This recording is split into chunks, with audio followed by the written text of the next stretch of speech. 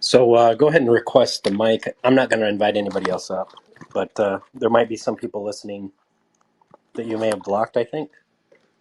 So can you request real quick?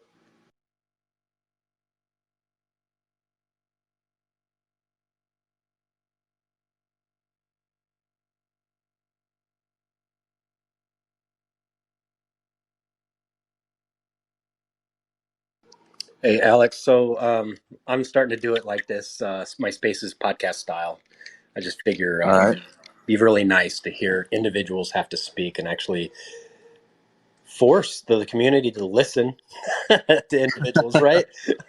So it gives you an opportunity to just kind of talk. People get to know you, stuff like that. So, how are you doing today? I'm okay. How are you? I'm doing good. I just shoved down some food and right on. I started the space right away, but for some reason people couldn't join, hmm and then I don't know. I just did this and it worked, so we're gonna go with it. Do you are you okay with Alex being on the title, or do you want me to change it to for Lex for Shaw? I don't I care. didn't think you would. Whatever you want. So, did you wake up to the news with the Terraport stuff, or are you familiar? Yeah, Okay. yeah, I did. Um, it's sad. I don't know much about it. I don't know any more than anyone else does. I feel bad feel really bad for Rexy's and Frag. I mean, I'd be very shocked if either one had any fingerprints on this at all. But yeah, it's just really sad. I did talk a lot. I was like, I've had like a good relationship with Rexy's on sort of Lunk governance issues because we've kind of had the same perspective on a lot of things. And so I, built up a good relationship with him, but at the same time, I really didn't like the Terraport offering for a bunch of different reasons, and and one of them was this whole commingling. This normally if someone launches a Dex, they individual participants in the DEX act as liquidity providers for whatever pools that they want, and there's no like the DEX doesn't decide, oh, we're gonna have this much liquidity in the Lunk USTC pool, and we're gonna have this much in this other pool. It's all set independently, and I guess um, and I had talked to Rexy's about that as as just like a risk, but I guess a risk that I didn't really foresee was the security risk. Was if you're centralizing all the offering funds, and you're also centralizing the liquidity pool process, like um something like this can happen. So it sucks. I know they've been working on this for a long time, and my hat tip my hat to zero x ears, who I think was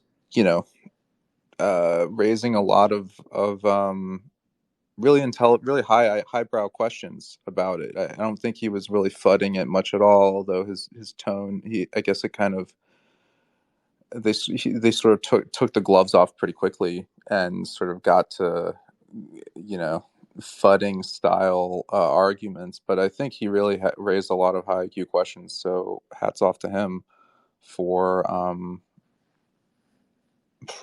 for alerting the community to some real issues. If you want a little bit of a giggle, you might want to go check his profile. He had some tweets that were actually kind of funny. They're pretty simple, but they're funny. What, like sorry for not fudding it hard enough or whatever? No, he after I think one of the exchanges froze the money. He's like, "Can somebody help me? I don't understand. My account's frozen. This has happened to anybody else before?" Oh God. Yeah, I mean, He's a little bit of a troll I sometimes. feel, yeah, yeah, it's kind of funny, but it's kind of sad at the same time. It's quite sad. at the It same it time. made me chuckle, but it's like um, I get it. I get why he's doing it. It's like it's a very sarcastic. I told you so is what it is. Yeah, understated victory lap or whatever. So what's been going on with you since you're not as involved as you were? But you were involved in a. Were you involved in a validator at all? Yeah, I was. That's its own long saga. Uh, basically, I'm not gonna If you I'm not gonna say specifically what I learned, or I guess exactly what individual basically one individual that I guess I trusted a lot and thought I knew really well. I learned a lot. He had a really big past that I didn't know about. That you know, um, I'd call it like highly substantiated, unproven but highly substantiated allegations about scamming multiple teams. And it was one of those, there's sort of a little other side to the story. So I'm just you don't have to get into details, I'm man. gonna sort of I'm gonna leave it at that. But I sort of lost a lot of confidence in the project when I guess other people in the group didn't. They were kind of like deer in the headlights when they learned about it. So yeah, I dissociated from that. Um, and I mean, I've been running around saying, sort of building a little bit of a community brand on kind of calling out corrupt people, right? And then finding out that I'd been working pretty closely with someone who turned out to be totally corrupt was just not something. It's off-brand, and in addition to being just bad business. So yeah, so that was when I guess that was when I kind of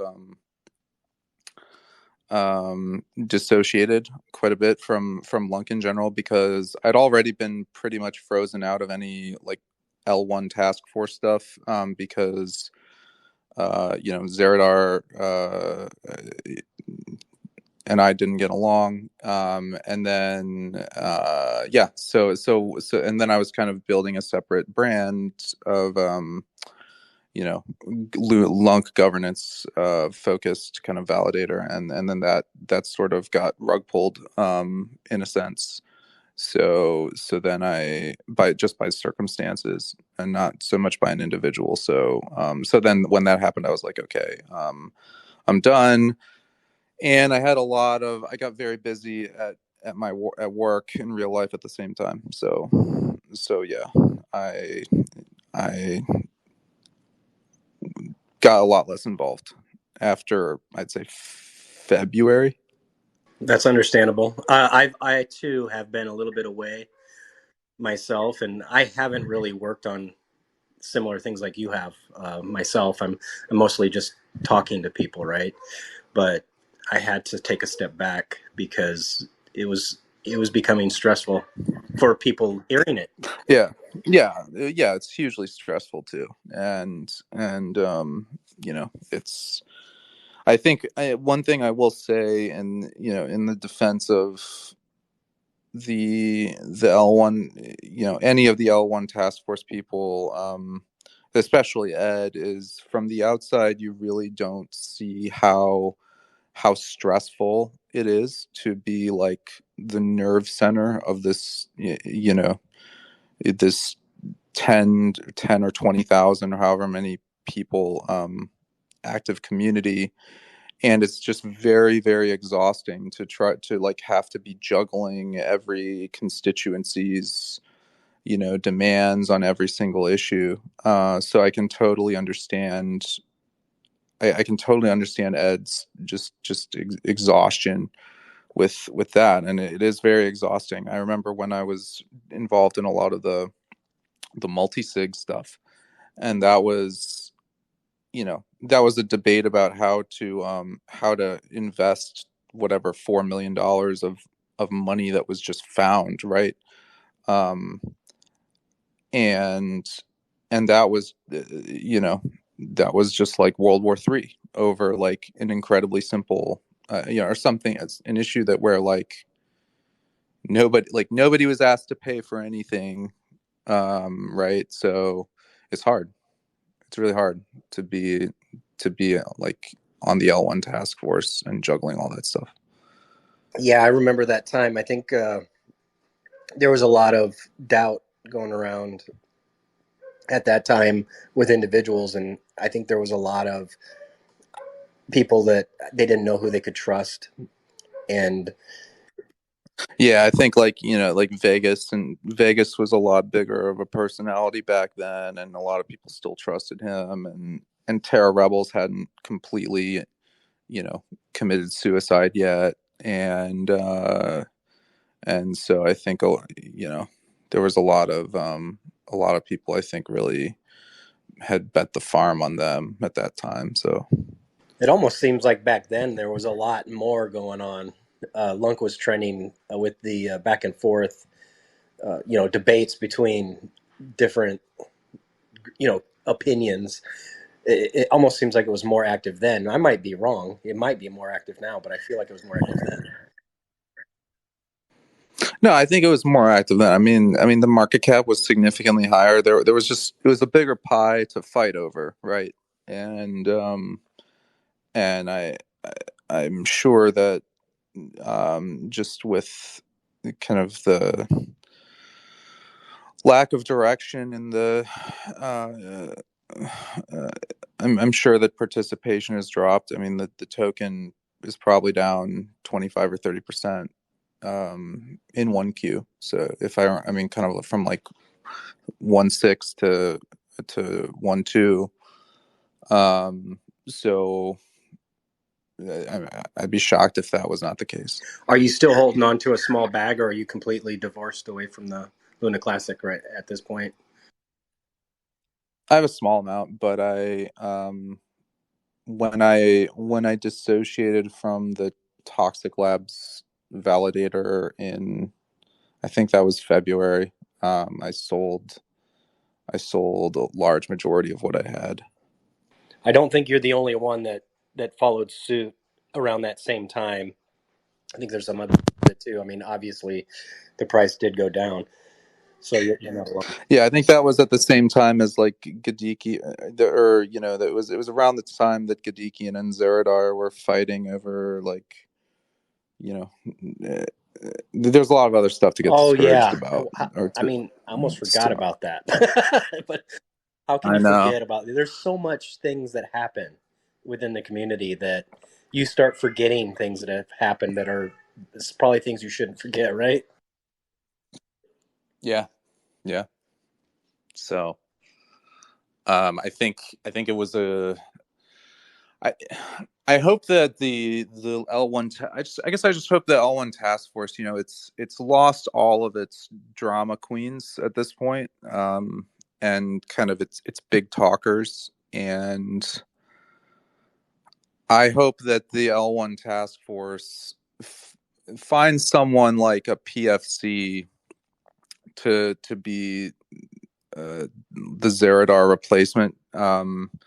Somebody who has excellent technical chops and significant DeFi experience. I really think that the L1 task force, it seems to me that it's Ed and Tobias and Frag. I don't know. Actually, I'm not sure about Frag, but Ed and Tobias had essentially no DeFi experience before the Lunk community, right? And a huge part of what makes a chain workable, and like an attractive investment, like in blockchains, it's like the chain has to have an investable story and attract investment before it can do much, right? So you have to like get the initial participation and then get apps working that sort of capture the lightning in a bottle, and kind of give the community kind of accelerating momentum. So it's like the cart always comes before the horse. So like the initial roadblocks for Lunk are not about like 5-year plans to make Luna Classic some kind of like cloud streaming blockchain or whatever. It's like it's really basic, like let's make the chain have really low taxes. Let's make the chain just work at a really basic level. Let's like improve interchain liquidity so that like if somebody wants to bridge funds from the Ethereum chain, which is where most pretty much all DeFi capital comes from either the Ethereum almost all DeFi capital comes from the Ethereum mainnet or from centralized exchanges. It's mostly centralized exchanges, but there's a significant chunk that comes from Ethereum too. And so but Lunk's, liquidity with the Ethereum mainnet is like totally broken right now. You have to do this like 7-step process through osmosis, which and like liquidity is completely non-existent there.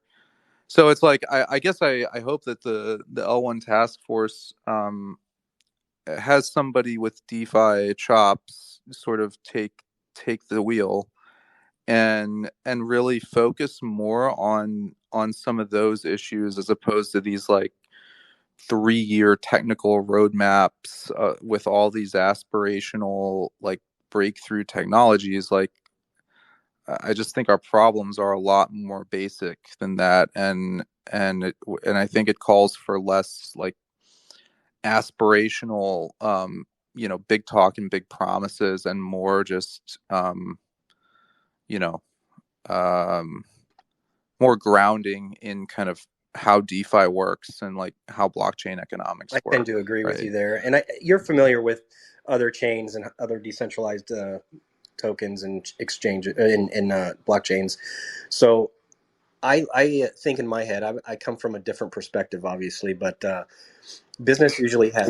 What perspective do you come I from? I was don't I know was that in the much about you. Marines for quite a long Oh time, well, and after the Marines, I went to school and I got a business degree as well. And um, okay. I'm not that active right now. I'm pretty much retired, but the I don't know everything. The only thing I do know is I don't Mm-hmm. know much. I mean, it's like the whole Mm-hmm. Socrates thing. The older you get, the more you don't know. And I I know how to communicate, and that's Mm-hmm. probably my strong suit, right? So I'm right now I'm just kind of sticking with that in my life. So I Mm-hmm. taught classes in the Marine Corps to a lot of Marines, not just two Marines. It was like I had classes of, and I spoke in front of people, so I public speaking, stuff Okay. like that. So that's Nice. basically my best skill set that I carried over from the Marine Corps into college and after college, and that's kind of where I'm at. I didn't get a communications degree or anything, but that's kind of that's my strong suit anyway. But and that's why I'm doing this, because I there's there's something missing in the Twitter spaces, and I think that something missing is getting people to come in like yourself and just hearing what you're saying, and not Mm-hmm. have the noise come up and change the conversation at all, or ask a question that doesn't relate to what we're talking about. That, like, let's just talk and see where it goes.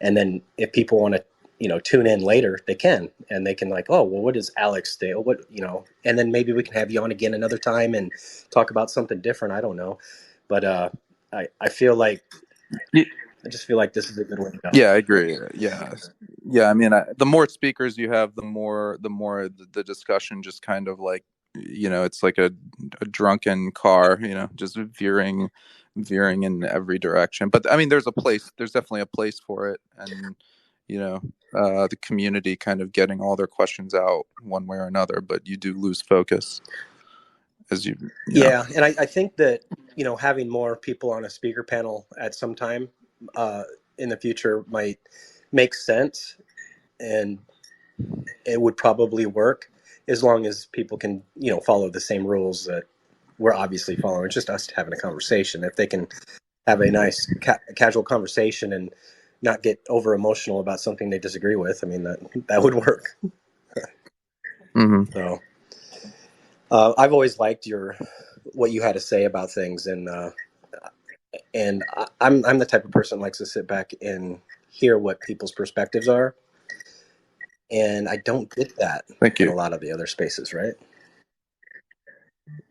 Yeah, I mean, I haven't. I'm kind of like you. I for all the reasons you said, I had sort of tuned out of a lot of the spaces because the the signal to noise ratio was getting too it was kind of deteriorating, and also I think I felt like as I had kind of said to privately to a few different people, I felt like the L1 task force had kind of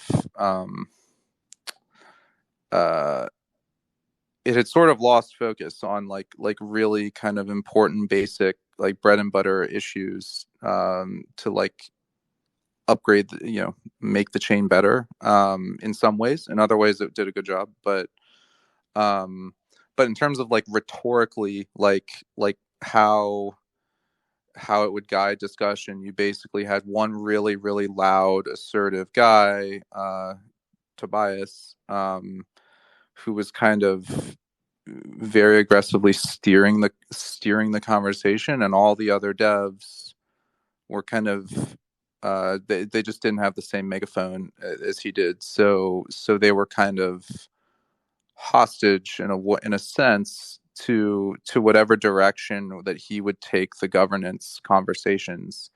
And if those conversations were going to like how do we turn this into Zerodar chain in 3 years, while tons of stuff is still broken, and the chain is completely, it's like a North Korea blockchain in terms of like interchain connectivity and liquidity and stuff like that. I felt increasingly like, um I guess the L1 task force really wasn't that interested in kind of what I had to say. So at that point, your only choice is to kind of move on and find other interests. So every time there's one of these big crack ups, in the L1 task force, I kind of show up again and get a little bit louder and sort of take a pulse on kind of what direction the community is interested in going, um, and hope that something changes. I guess I do have a little bit of a bag, but it's really I really don't think it's financial for me at this point. I think it's more of a sunk cost of having invested so much time in the chain over the last 9 months, and hoping that it eventually finds a constructive path forward for itself. Yeah, I hear you on that. I know I'm kind of just sitting and waiting and see what happens because I mean, this is not much different than a startup at this point. I mean, it's a chain that was abandoned, it went to nothing, and it's broken. So it's almost like it's a startup. So there's lots of risk involved, but hopefully, like you said, they can find some people they can represent. Yeah, and I mean, I think that, I always had a ton of respect for Frag, a ton of respect for the Notional Labs people. Which, so there's Jacob, and then Vin, and I feel like there was another one who was involved, but maybe that person left at the Superman. same time that Jacob. No, Superman, I think, is a TFL guy, and I think that's why he's like vanished, is because he has a ton of legal issues, because um like TFL, like I think every single senior employee of TFL is under some kind of major legal threat right now. Gotcha. Yeah. That's what I believe has happened. And so but no, I don't think I'm pretty sure Superman was not Notional, but Notional and TFL have had a good relationship, I think. So Well, that's something. So from my, like what I was going to say before, from my perspective and looking at this, and I guess this is coming from the Marine side. You get tasked with a mission. And if you're not able to do it, or you screw up and stuff like that, you're held accountable for your actions, right? And you have to take responsibility Yeah. for your actions. So my concern is there has been people that brought up concerns. Jacob brought his up concerns. Demon Monkey brought up some concerns recently. There's been other concerns brought up in the past. I look at this and I'm just like, why don't we just have a checks and balances where, honest people are kept honest through some type of form of accountability, something that is set up to where I can go to sleep at night and not have to worry about somebody that we trust doing something shady, or even be tempted to doing anything shady. Because there's trustworthy people on the blockchain. There's also people that maybe not be trustworthy, but there's trustworthy people on the blockchain. But business is business. You have to have something established that is going to check and make sure people are doing what they're supposed to be doing and not doing anything that they're not supposed to be doing. Do you have any idea in DeFi what a solution like that would look like? Well, checks and balances for what, right? Like Like auditing the proof for of work, or auditing the code itself, or checking the well, financial. you can do that yourself in GitHub. You can like I mean uh people different outside people have chimed in on some of the GitHub like conversations that have happened over the past months, and um now I don't know how effective that is, because I think that the developers probably want to mostly do their like take their disagreements, keep their disagreements private. um I think there was a lot of a couple months ago there was a lot of stuff where like Tobias would push something, would like uh would like push some new code change, and then like another developer wouldn't agree with it and would like criticize him in the GitHub sort of comments. But um then maybe they patch some of that up. But I think you know anybody can do that today. um so there is that. I think there was this idea of an L1 like a community oversight board, but I think Zerodar mostly like stuffed that with friends of his. And so I think PFC was probably, well, let me think. Strathcole was a fairly independent minded guy, but he stepped down from it recently. PFC quit the community oversight board very quickly when he was calling Zerodar out on some something dumb, and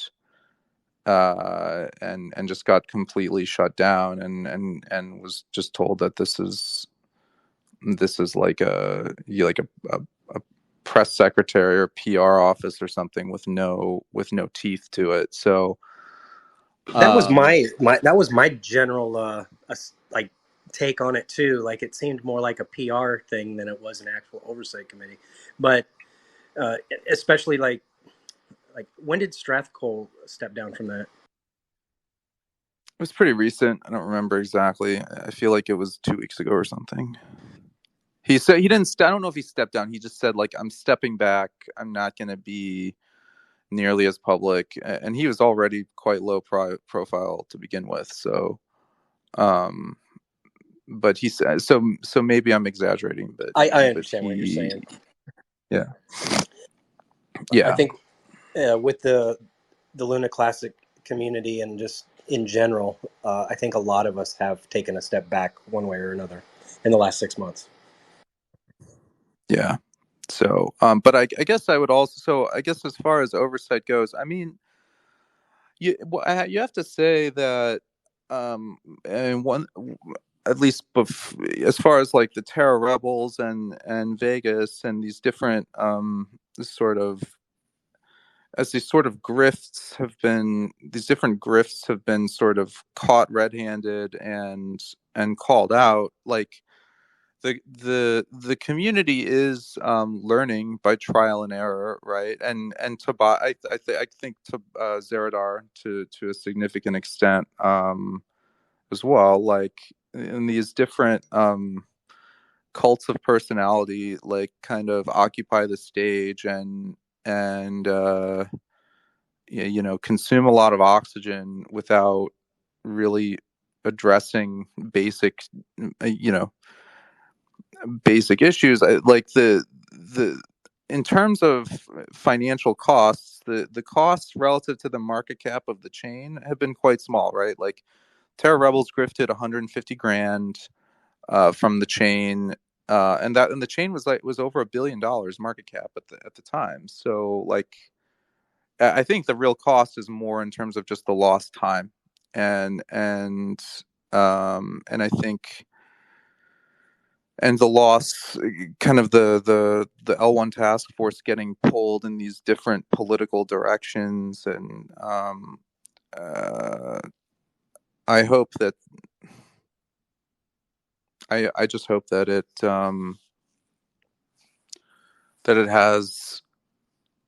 has a focus, and that they assert a focus, right? Um, and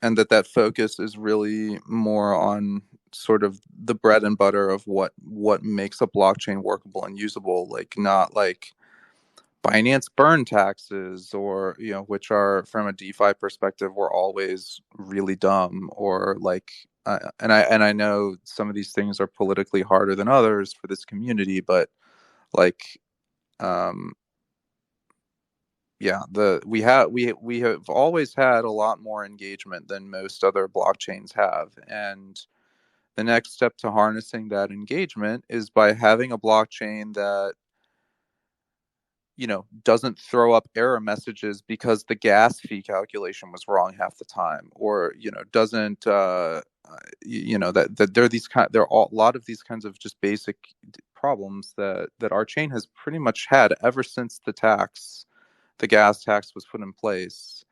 Um, um, so Yeah, I think that the way it was implemented was the issue, right? Isn't there a way to increase the gas fees without messing with what all of the other protocols and the layer two stuff would be utilizing? Is there a way to do it that way? Because I mean, Ethereum charges so much for gas, right? Couldn't it have been done something like that way?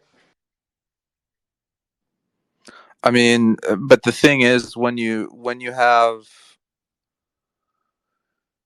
this very a blockchain like ours that's got a ton of tech debt, it's got a lot of like weird compatibility issues uh with the old Terra station, with the new Terra station. I mean, it's a blockchain that is usable is a lot more things than just like the validators running the chain, right? It's an interface with the blockchain, and it's apps that live on the blockchain, and if like these really basic apps are breaking because they weren't properly integrated, like that's not something that you can pick up on a test net. So the L1 task force would do these changes, and they would run them on a test net, and you know, there wouldn't be any problem showing up, and so they would say, oh, okay, like let's implement this gas fee change now, and then stuff would break everywhere, or maybe it would break if you used one station and not the other, or you know, you know, so there are a lot of dependencies like just outside of the blockchain itself, and um so you have to have a very kind of conservative and humble attitude when you're talking, when you're considering implementing any change that takes you away from like the development you know, the general Cosmos SDK development track, and kind of makes you more and more of this idiosyncratic like Cosmos SDK with like its own quirks, and you're just guaranteed that like more stuff is going to break, more users are going to be frustrated and leave. um so I don't know, I don't know, like I don't know what the right way is, other than just going back to what it was before, when the tax was completely governed by however TFL did it in the first place. Stuff, nothing really broke when it worked that way, and I don't really know why it's been like pretty badly broken um, ever since they implemented that change. Yeah, that is pretty curious. I mean, why not use something that, like, if it's not broken, don't fix it. So why not use something that But like works? but like another example was like the Axelar. If you try to bridge any tokens over like Axelar or like one of those, or like Portal Bridge, which is the new Wormhole, which is what Wormhole used to be, or it's what Wormhole is called now. Um, like I guess the L1 task force never like integrated. I don't know if they talked to Axelar at all, and they definitely didn't talk to Portal Bridge, right? So those bridges were using the wrong gas fee calculations. They were like using old gas fee calculations.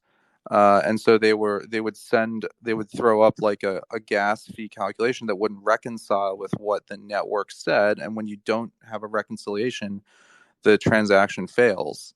And so there's just stuff like that, um, it, it, where if you're TFL or you're a really professional blockchain organization, you have a map in your head of all the key dependencies that sit just outside the blockchain that you need to massage every time you're pushing through an update, like a gas tax, so that like once the update goes through, the main dependencies that 90% of your users are using are working and they're not breaking.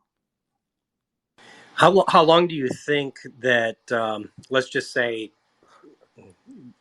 the stars align, we get everything put together again, and we have the exact amount of people required to work on Luna Classic and the right expertise in the right areas. How long do you think? And I know maybe this development is not your background, but I think you've been around it enough to have a guesstimate here. How long do you think it would take them to, be in parity with Luna 2.0, or just be the same, be a usable blockchain, like you said? Well, to be a usable blockchain, I don't think it would take that long if they focused on things like the bridges and just the basic dependencies that have been broken. I mean, there just aren't that many because there's very few. The chain has so few dApps, so that makes their job simpler. I mean, as far as getting Luna Classic to Cosmos parity, that's I'm definitely the wrong person to ask on that. My not very sophisticated understanding is that I think Frag Verdict said to me once, he's and other people have said, other guys on the L1 have said this. It's that the chain is crumble. It's drowning under the weight of its state. Um, so what I interpret that to mean is that the chain has so many historical transactions, going back, like every time the chain like updates its state or whatever, it has this huge history of transactions, that it just takes a lot of memory, and so it's like the chain is carrying all this dead weight. And I don't know, given that we basically, outside of a couple of NFT um, transaction platforms, I mean, we really, I think, still have really no working dApps on the chain. So I don't know if it makes sense to like start a new Genesis and like basically ditch a lot of the old state. But that's not. I'm the wrong person to ask. But there are a lot of these. There are a lot of issues that Terra has that other blockchains don't, I guess, is my point. And there are shortcuts that people could take, like if you want to start a new Genesis and like ditch a whole bunch of that historical state, um, that would be one way to do it. But I guess a lot of blockchain people really they say, well, if you're just going to ditch, you know, all this transaction history, then what are you really like? That's kind of like a sacred thing that you're not supposed to touch. Because all a blockchain really is an immutable ledger. And so if you just say, well, we're going to make the ledger immutable because we feel like it, then um, you kind of lose trust of, you know, some people. Anyway, I'm the wrong guy to opine on that particular question. I don't know. Um, I think in terms of getting the right L1 task force composition, I think they are closer than a lot of people realize, in terms of having a pretty solid team. I just think the DeFi side of getting someone who is like quite technical, but also has, you know, is seasoned on the DeFi side is, I think, the real missing link for them. So I think if they have that, get that key in place, um, then I think they can get a lot done, and of course that person has to also be like have enough of a profile to, like, you know, maintain a dialogue with the community, but not like as this overwhelming profile that where like it's like Tobias, and he's like micromanaging every influencer of the chain and probably spending 10 times as much time on the politics as he is about like on productive development, right? So there's just a very short list of people who like fit that criteria, and I think one of the community has to get one of them to say yes. And I think if that happens, then I think some good things can happen. Well, I mean, there's some hope there. I like to hear that. Is Luna Classic a long shot, or is, I mean, it kind of sounds like you think it's very doable. um is it a long shot in terms of like getting out of the its current rut, you mean? Yeah.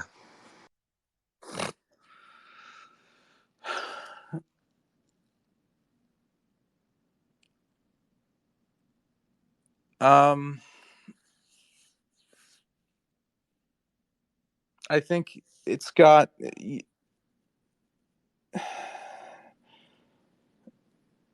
it comes down to the influencer set, of the chain, right? And because the influencers of a chain are like, they're like the teachers at the of the school, and they determine what information gets socialized and what the community learns, right? And I think the community has been pretty ill served by its influencer set. I think it's improved a lot. I think all the kind of every day is a burn video on YouTube people. I think they're pretty much gone at this point, thank God. So I think I eventually um enough of the grifters are going to go that there will be a sane conversation to be had about like there will be an intelligent conversation about what needs to be done, and intelligent decisions will be able to be made. But I guess the risk is that you lose a lot of like the high caliber people along the way, right? Like when Zerodar and Gadikian had that fight a couple months ago, that cost the community a lot of really high caliber people. And if you have these, so if the community just sort of gets misled down down these very um, sort of pointless or empty kind of theatrical debates, and like misses the point on a lot of key issues, it's very negative signaling for like for the few hundred people who can actually build on Cosmos chains. And if you lose too many of those people, you kind of lose everything that makes a chain.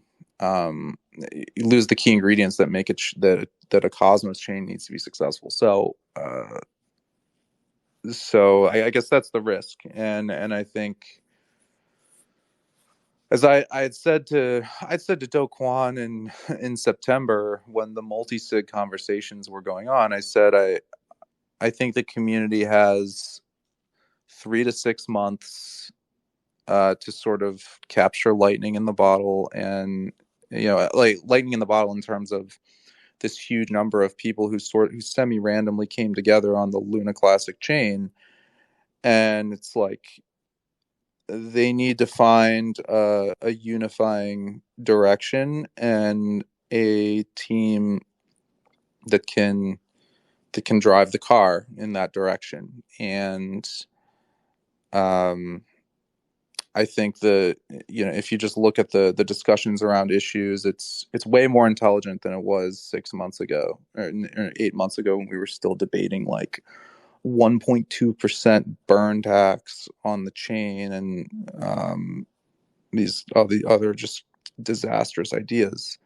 So it's gotten a lot better, but it's also a lot more of the sand has run out of the hourglass too, and I'm sure that the chain has like significantly fewer engaged participants as well, and so I do feel like this latest Zerodar leaving is sort of like the last best shot that that the community has to sort of not really so much. I mean, Zerodar leaving plus like a lot of other grifters have sort of been churned out in the meantime. So I do think that there is a pretty good shot here for kind of like the people who are left to do something that's permanently constructive, right? So that's it's got a good shot, I'd say, but Oh, it's probably coin flip odds. yeah, there's always a risk, right? Especially with, well, tech stocks are risky in themselves, and tech startups usually fail. There's over a 90% failure rate on startup companies that are technology based, and also how many years do they typically go before they're actually profitable? So, I mean, I think if anybody has an investment experience outside of crypto, I think they can understand that the things that are trying to be achieved is it's still quite a task. However, you get the right people in place and you fix the basic things to get it going and make it work, it can happen. So that's good, hopeful news. And like you said, like the grifters, like some of them are kind of like they got their money and ran. Like whether it was TR that you mentioned earlier, or maybe some layer two thing projects that did the same thing, but layer two has nothing to do with layer one. I can say that a lot of these layer two projects that don't ever come into fruition, there's still transactions happening on Luna Classic blockchain. So it's not necessarily a bad thing for the chain itself, but it is a bad thing for anybody that's involved in the chain investing in those projects. So I want to talk about something that you might be more familiar with. I know that you had some huge debates last year about repeg, and you have criticized the Ziggy repeg. I believe you have, and you Mm-hmm. have your ideas on Yeah. that.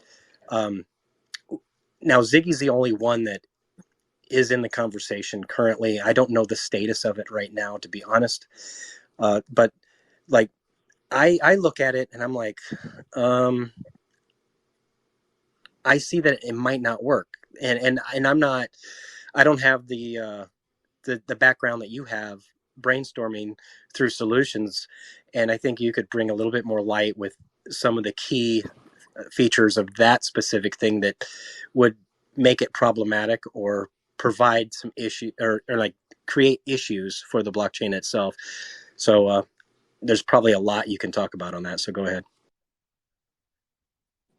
Yeah. So the Ziggy proposal, as I understand, so I have nothing against Duncan. I think he's put a well-meaning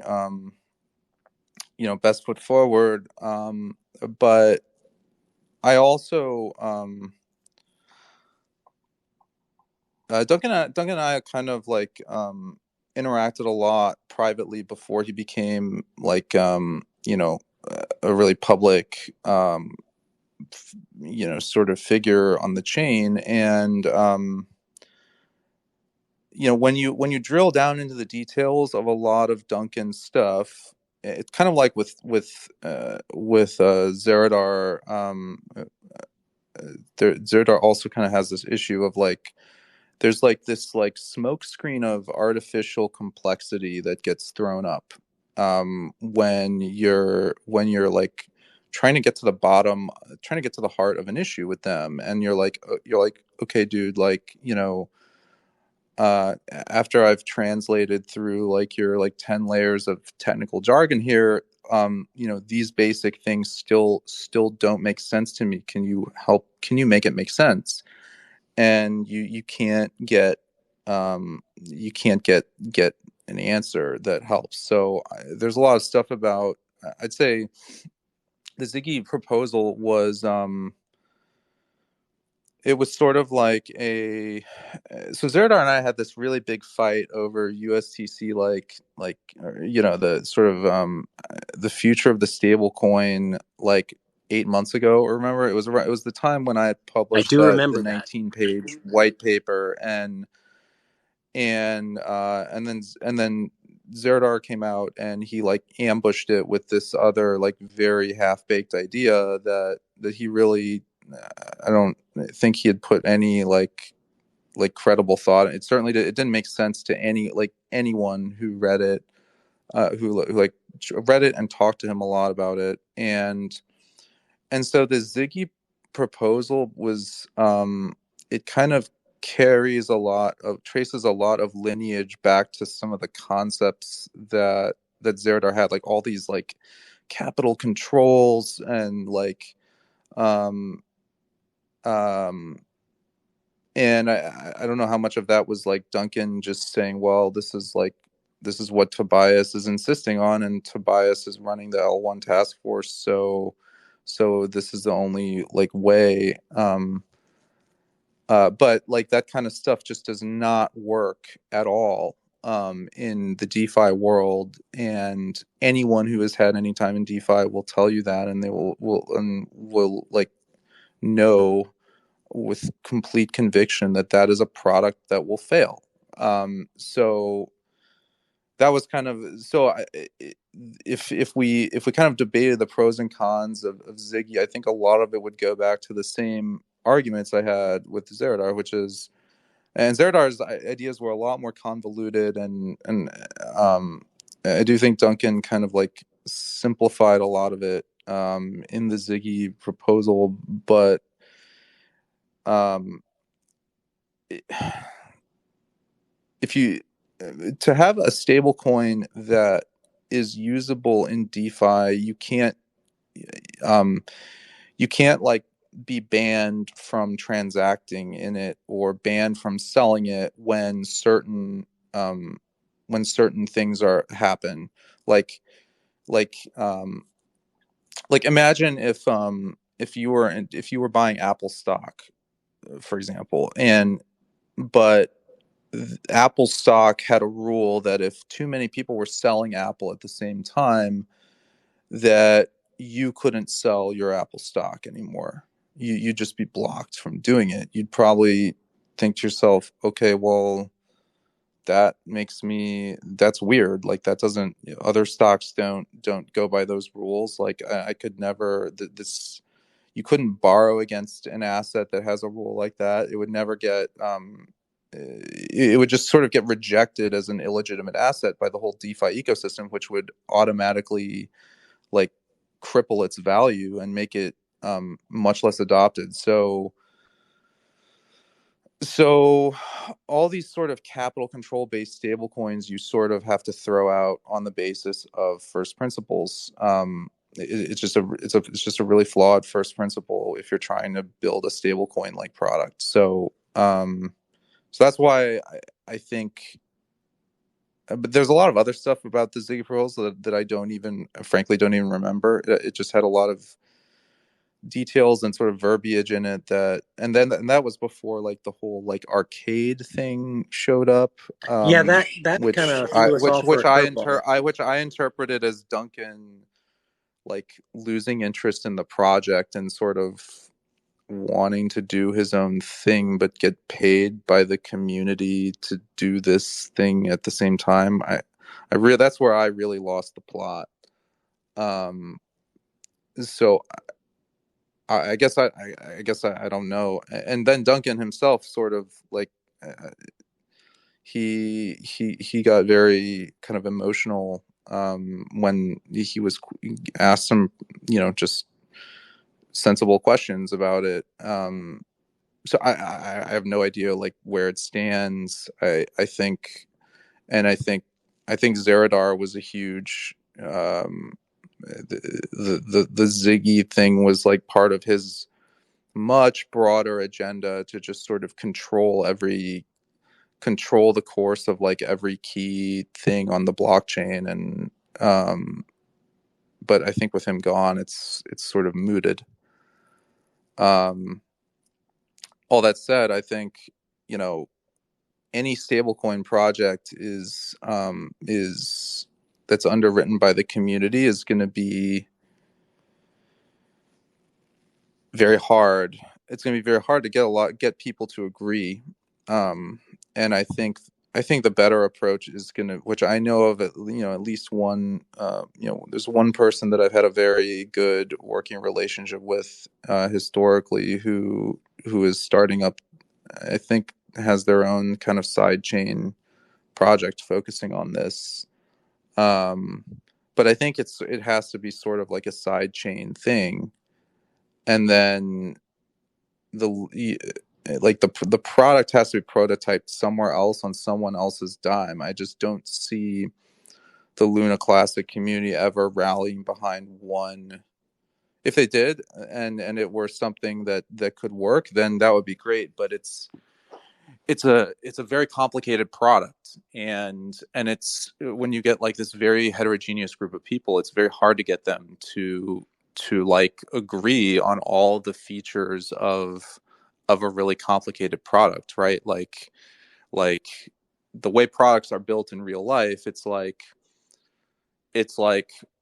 thousands of shareholders decide that Steve Jobs is going to be the CEO, and Steve Jobs is going to have the micromanager control over the different features that go into the Apple iPhone.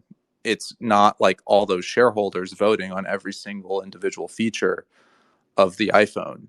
um, but if you imagine kind of how the Luna Classic community would approach launching a stablecoin, I feel like it would look a lot more like, you know, every shareholder voting on every individual product feature. And my own experience with that was that's just going to be kind of like very endless unless like 90% of the key opinion leaders of the chain get into a room and agree on and just kind of agree on a unified message and just sort of say this is how it's going to be. And that's really what I thought the USTN proposal was, but until Zerodar sort of came out with this like different idea that just splintered the consensus around that. So Well, I always thought that using the stablecoin that already exists that has mountains of debt was going to be problematic. And I think the plan that you had originally put forward on Agora was suggesting creating a new one. Am I right? yeah, I mean, um, yeah, there's a lot of the USTC. You get so I think TFL owns half. So TFL owns half of all the USTC in existence that we know about, and actually they probably own well over half because it came out that the TFL also spent about, in addition to spend to the BTC, that they spent defending the, buying back UST, which became USTC, to defend the peg. They also spent like $600 million of their own treasury defending it. Um, so so that means that TFL has a lot more USTC sitting on Binance or some centralized exchange. So that means that TFL, which is this entity under massive legal assault, is probably owns something like 75% of all the USDC that exists. And if you're an entity that's under legal assault, then a court will force you to do things like sell all your assets to like settle legal debts or whatever. So it's insane it would be insane for the community to take the risk of, like, this some act of God coming from a court that just like causes a massive dump of the whole project, right? And that's also an entity that is really it's not gonna, like, they're never gonna be like a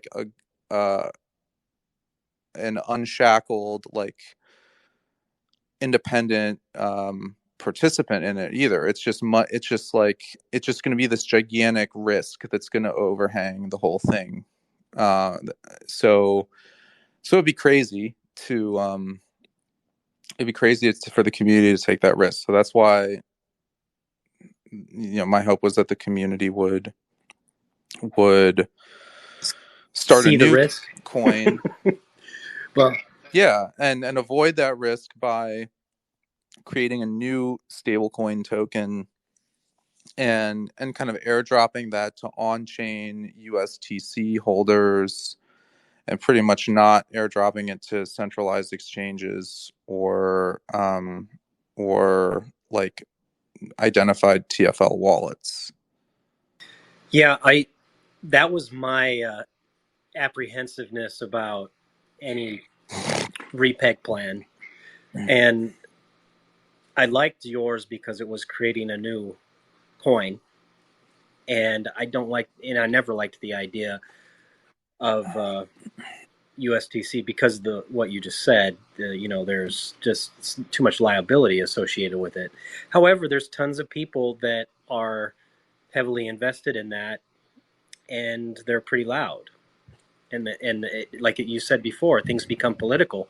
But I'm looking at it like, why does it have to be political? I mean, like, there's a trend with a lot of these proposals. I mean, USTC does have an asset that a USTN would not have, which is it's got centralized exchange listings, and um it's just got the mind share, and so, like, it's not a completely crazy idea if you blacklisted certain wallets, right? Like there are ways it could be done, and but again, those are all really kind of small important details that should probably be decided on you know by stablecoin experts who, like, assess the risks and then present a unified plan to the community, um, as opposed to just the community, like, just sort of messily voting on every single sub feature. But the other thing is that I guess I guess in my old proposal that I guess freaked everybody out unnecessarily was, I guess I went very ambitious with it, and so but you could start it with $5 or $10 million of assets from the community pool or something, not like the entire community pool, or something a lot more ambitious like what I had originally proposed. You could start in a much less ambitious form, um, which I guess at this point we have no choice, given that the community pool has shrunken so much in U.S. dollar terms over the last 9 months. But anyway, That's facts. Yeah, we're in a different situation. And it's not the best situation, but it is definitely a situation. yeah, So I mean, I'm looking at repeg, and I'm seeing the chatter about it recently. I don't feel like it's anything that's going to happen anytime soon, to be honest. I hope, like you said, that the task force does get a little bit more focused in the direction of just putting the blockchain back together to where it works, and more DApps can get built, and we can get back to business as usual. Um, other than that, I agree. Yeah, go ahead. other than that, I'm not sure. Is there anything else you want to talk about? No, I mean, I think, I'm definitely hopeful on the stablecoin side of things. I think a decent, the time has come for a decentralized stablecoin, and I think after what the U.S. government did to Signature Bank and to Silvergate, they basically, those two banks, real I think it was really Silvergate Exchange Network, had the only real dollar to crypto API, or maybe Signature had one as well. So there were these two were the only ones that I think were really operating. And the U.S. government killed those illegally, killed those assets as part of their shutdowns of those two banks. So if you're the FDIC, you're legally obligated to seek the best price, which means you have to like sell assets for their market value. So if you like kill one asset politically because of political motives or whatever, you're literally breaking the law, which is what they did. But I think now, after that happened, like that actually broke USDC. Like USDC could not, because I worked at a blockchain company that was very involved in like real world, trying to build a real world asset financing product. And we used USDC, and USDC had a dependency on the Silvergate network. And so like USDC could not be converted to dollars anymore when that happened. And like debts that we had made some loans to some real world businesses that were like USDC denominated, and that had to actually, uh, those loans had to be unwound using bank wire transfers. Like they had to be unwound outside of the crypto system because of how USDC had been like broken by, or at least that the feature of USDC where you can instantly 24/7 convert it between crypto and dollars. So like that makes a very powerful argument that you do really need a decentralized stablecoin.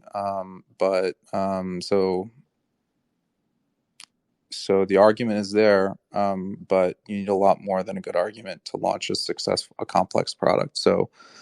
Um, so there's that, and I think this is the community's last best shot to kind of um, get a calmer, more focused L1 task force that can also kind of assert its objectives a little bit. Like if there's one criticism I would make of Ed, whom I have had enormous Ed Kim, whom I had enormous respect for and always had a great relationship with, it was that he was very passive in terms of what the community like.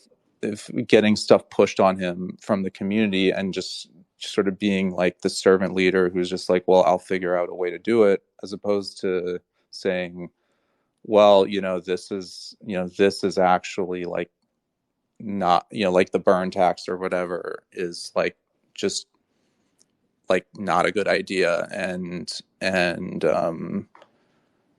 I like I have to stand up and say that, so I do.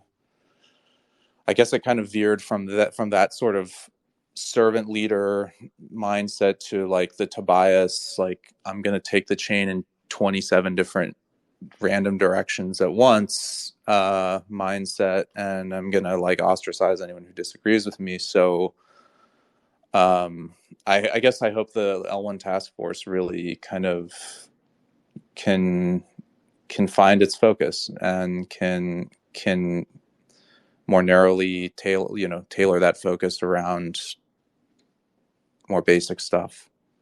Well, that makes perfect sense, man. So, hey, Alex, I want to thank you for coming and talking to me today.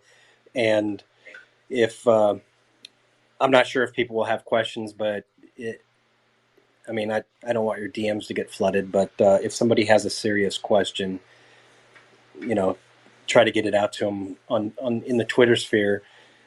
There's a reason why I'm doing the podcast the way I'm doing them. It's because I do like to hear a little bit more in-depth thought from individuals, and this is the way that I can do it. So, thanks for coming, Alex. I appreciate it.